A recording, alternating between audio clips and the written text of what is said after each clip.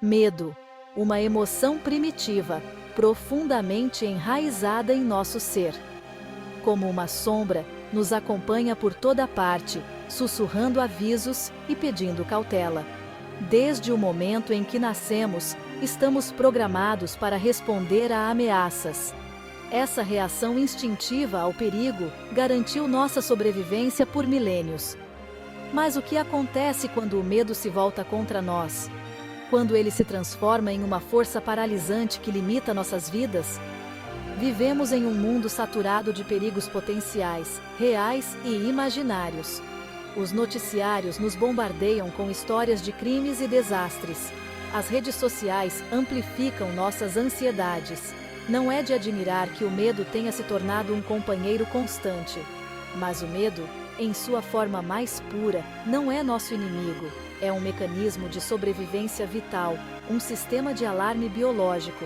Imagine nossos ancestrais, navegando por um mundo cheio de predadores. Sua sobrevivência dependia de sua capacidade de responder rapidamente às ameaças. O medo forneceu a motivação necessária para lutar, fugir ou congelar. Essa resposta está embutida em nosso sistema nervoso. Embora o medo possa ser um poderoso motivador, ele também pode se tornar debilitante. Quando o medo se torna excessivo, ele cruza a fronteira para o reino da fobia. As fobias não são meras aversões, são medos intensos e irracionais. Elas podem prejudicar significativamente nossa capacidade de funcionar na vida diária. Elas podem ditar nossas escolhas e nos isolar dos outros. Para entender por que o medo tem tanta influência sobre nós, precisamos mergulhar em suas raízes evolutivas. Imagine nossos ancestrais, vivendo em um mundo repleto de predadores e perigos naturais. A sobrevivência deles dependia da capacidade de detectar e reagir rapidamente ao perigo. O medo serviu como seu sistema de alerta precoce. Essa resposta de lutar ou fugir é uma obra-prima da engenharia evolutiva. Quando percebemos uma ameaça, nossos corpos são inundados por adrenalina. Nossos batimentos cardíacos e respiração aceleram. Nossos sentidos se aguçam, focando nossa atenção no perigo percebido. Esse mecanismo de sobrevivência antigo permitiu que nossos ancestrais evitassem predadores. É uma prova do poder do medo como força de sobrevivência. Mesmo hoje, esse circuito antigo permanece ativo dentro de nós. É a razão pela qual recuamos instintivamente de uma cobra sibilante. Essas reações instantâneas ocorrem antes mesmo de estarmos conscientes do perigo. Elas são uma prova da velocidade e eficiência do circuito do medo em nosso cérebro. O medo ainda tem um propósito vital.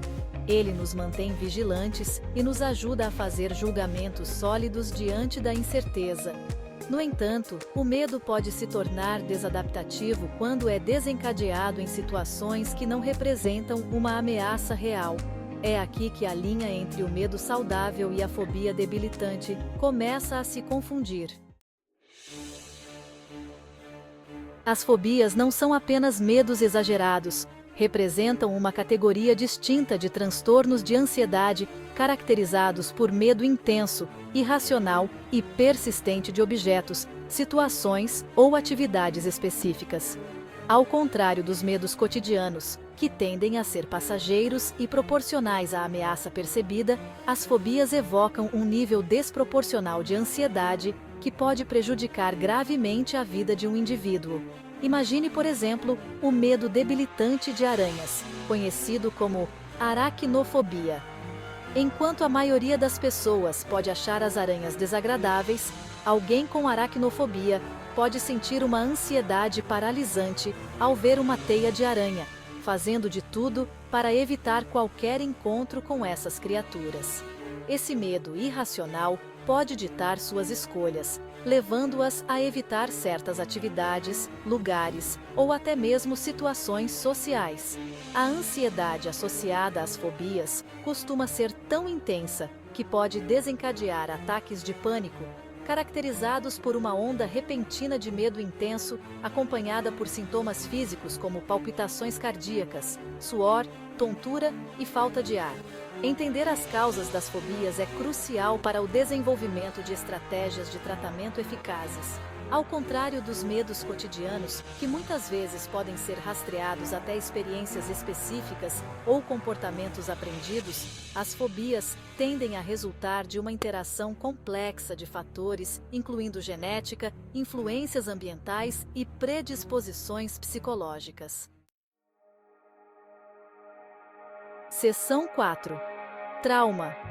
O eco das experiências passadas. O trauma na infância pode deixar uma marca indelével, moldando nossas percepções e influenciando fobias.